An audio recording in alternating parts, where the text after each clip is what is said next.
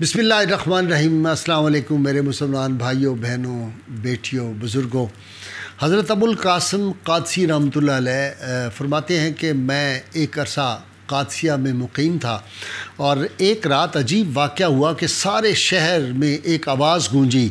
लोगों ने सुनी, कोई आवाज़ दे के कह रहा था, ए क़ादसिया वालों, अल्लाह का एक वली जो है वो अपने नफ्स को बादिए सबा यानी जंगली दरिंदों का एक बड़ा खौफनाक इलाका था, वहाँ शेर थे, चीते थे और दीगर जंगली जानवर, भेड़िए थे, सांप थे, उसने कैद कर लिया। उसके पास जाओ, उसे नुकसान पहुँचा देंगे दरिंदे, उसको शहर में ले आओ।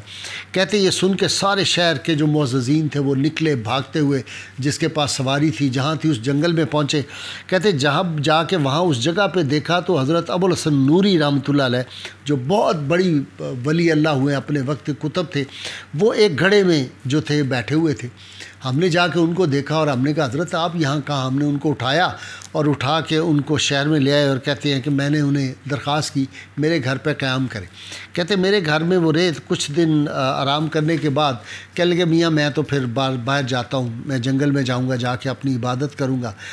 तो कहते मैंने उनसे गुजारिश की कि उस दिन ये वाक़या क्या हुआ था कि एक आवाज़ हमें आई कि इस तरह एक अल्लाह का वली जो है वो इस तरह बैठा हुआ है, दरिंदे उसको जो नुकसान पहुंचा जाएंगे, खा जाएंगे।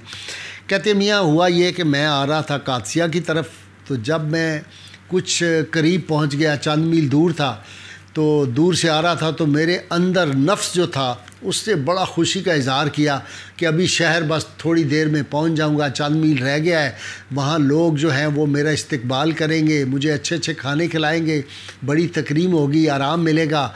और जितनी देर मैंने फ़ाका किया है और रोज़े रखता रहा हूँ। तो कहते ये ख़्याल जब आया तो मैंने कहा हो ये मेरा नफ्स तो मुझे धोखा दे रहा है, चक्कर दे रहा है। कहते मैंने कहा अच्छा अगर ये बात है, मैंने अपने आप को एक गड्ढे में गिरा लिया। मैंने कहा लो, अपने नफ्स को कहा तू आराम कर ले, तू खा ले आला आला किस्म के खाने।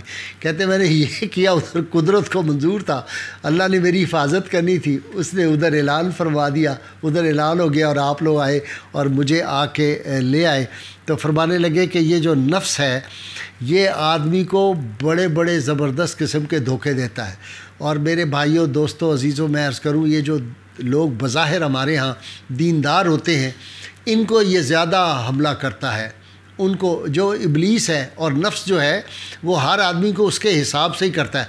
वो कभी शायर आदमी के हाथ में क्लाशिनकोफ नहीं देता, वो कभी जो है किसी पहलवान का जो होता है उसको कोई शेर व शायरी की तरफ नहीं लगाता, उसको हुस्न की तरफ नहीं लगाता। वो जो बंदा ताकतवर जिस्मानी तौर पे हो उसको कत्ल व गारत की तरफ लगाता है, जो ज़रा नमो नाजुक हो उसको शराब कबाब और शबाब की तरफ लगाता है।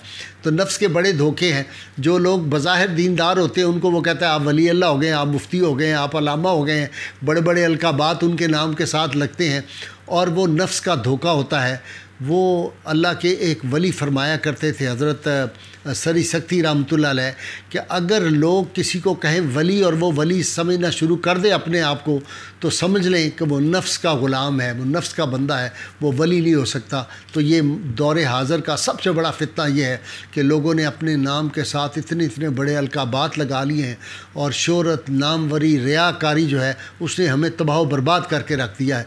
दुआ किया करें अल्लाह ताला हमें इस रियाकारी से बचाए, अल्लाह ताला हमें जाके बड़े ओहदों, बड़े सरमायादारों, बड़े साहिबान इक़्तिदार के सामने ज़मीन झुकाने की बजाय अल्लाह हमें अपनी बारगाह में झुकने की तौफ़ीक़ अता फ़रमाए और अल्लाह इख़लास अता फ़रमाए।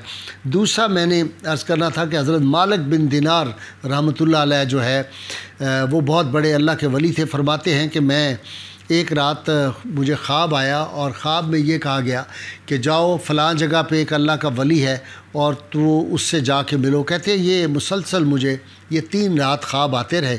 मैं एक दिन उठा और जाके मैं एक मस्जिद के करीब गया, देखा तो वहाँ वो बुज़ुर्ग जो थे वो अज़ान दे रहे थे। मुझे उन्होंने देखते कहा आ जाओ मालिक बिन दिनार कैसे हो। कहते मैं हैरान हुआ कि मैंने ज़िंदगी में पहली दफ़ा इस शख्स को देखा है, तो इसने मेरा नाम कैसे पुकार दिया। कहते खैर उन्होंने कहा आ जाओ मेरे साथ नमाज़ पढ़ो। कहते नमाज़ पढ़ के तो खाना खाने के लिए बैठे तो मैंने देखा कि जौ की रोटियां थी।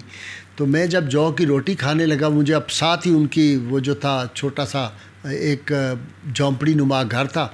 तो कहते मैंने कहा कि ये तो खुश्क रोटी है, अगर थोड़ा सा नमक मिल जाए تو کیا ہی کہنے، کہتے ہیں اتنی دیر میں انہوں نے اپنی بیٹی سے فرمایا کہ بیٹی جاؤ اور جا کے قریب سے نمک لے آؤ۔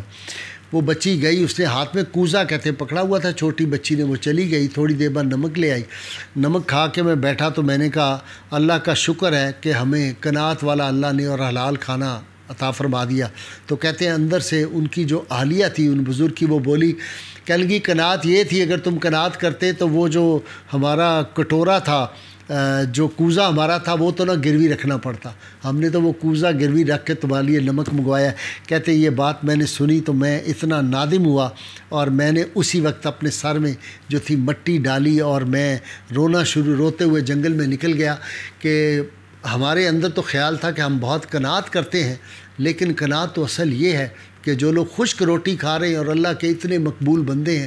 تو یہ جو آپ نے سبق یہ دیا، فرمانے لگے کہ دنیا کی ہرس اور ہوس جو ہے یہ انسان کے راستے کی سب سے بڑی رکاوٹ ہے۔ لوگ سب چاہتے ہیں کہ جی ہمیں کچھ روحانیت میں مل جائے، ہمیں کوئی روحانی منزل مل جائے، اس طرف توجہ دیتے ہیں، لیکن دنیا کمانے کے لیے جائز ناجائز ذریعے اختیار کرنے کے، رشوت ہے، جھوٹ بول کے پیسے کما رہے ہیں، غلط چیزیں جو تاجر ہیں وہ کر کے ملاوٹ شدہ چیزیں بیچ رہے ہیں، مہنگی کر کے چیزیں بیچ رہے ہیں، جھوٹ بول کے بیچ رہے ہیں، دودھ میں ملاوٹ ہے، پانی میں ملاوٹ ہے، مرچوں میں ملاوٹ ہے، نمک میں ملاوٹ ہے، جعلی انڈے جو ہے وہ گندے انڈے بیچ رہے ہیں، گندے انڈے جو ہیں وہ لوگوں کو سپلائی کیے جا رہے ہیں، مردہ مرغیاں جن کو ہم کہتے ہیں ٹھنڈی مرغی وہ بک رہی ہے، حتیٰ کہ چوہوں کا گوشت ڈالا جا رہا ہے، حتیٰ کہ کتوں کا گوشت جو ہے وہ سپلائی ہوتا ہے، سور کے گوشت کا کیس پکڑا گیا تھا چند ماہ پہلے۔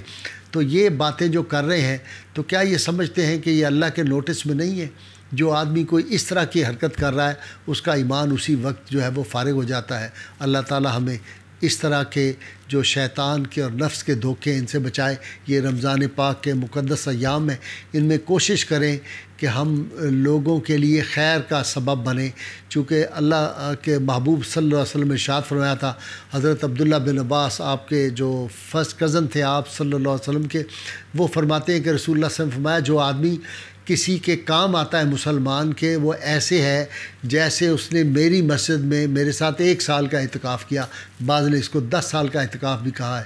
تو یہ اس کا درجہ یہ ہے۔ آج جو لوگ ضرورت مند ہیں ان کی مدد کریں اور دعائیں کریں۔ اللہ تعالی ہمیں حضور رحمت کونین صلی اللہ علیہ وسلم کی غیر مشروط محبت، لامحدود وفاداری نصیب فرمائے۔ پاکستان کا مطلب کیا؟ لا الہ الا اللہ محمد رسول اللہ صلی اللہ علیہ وآلہ وسلم۔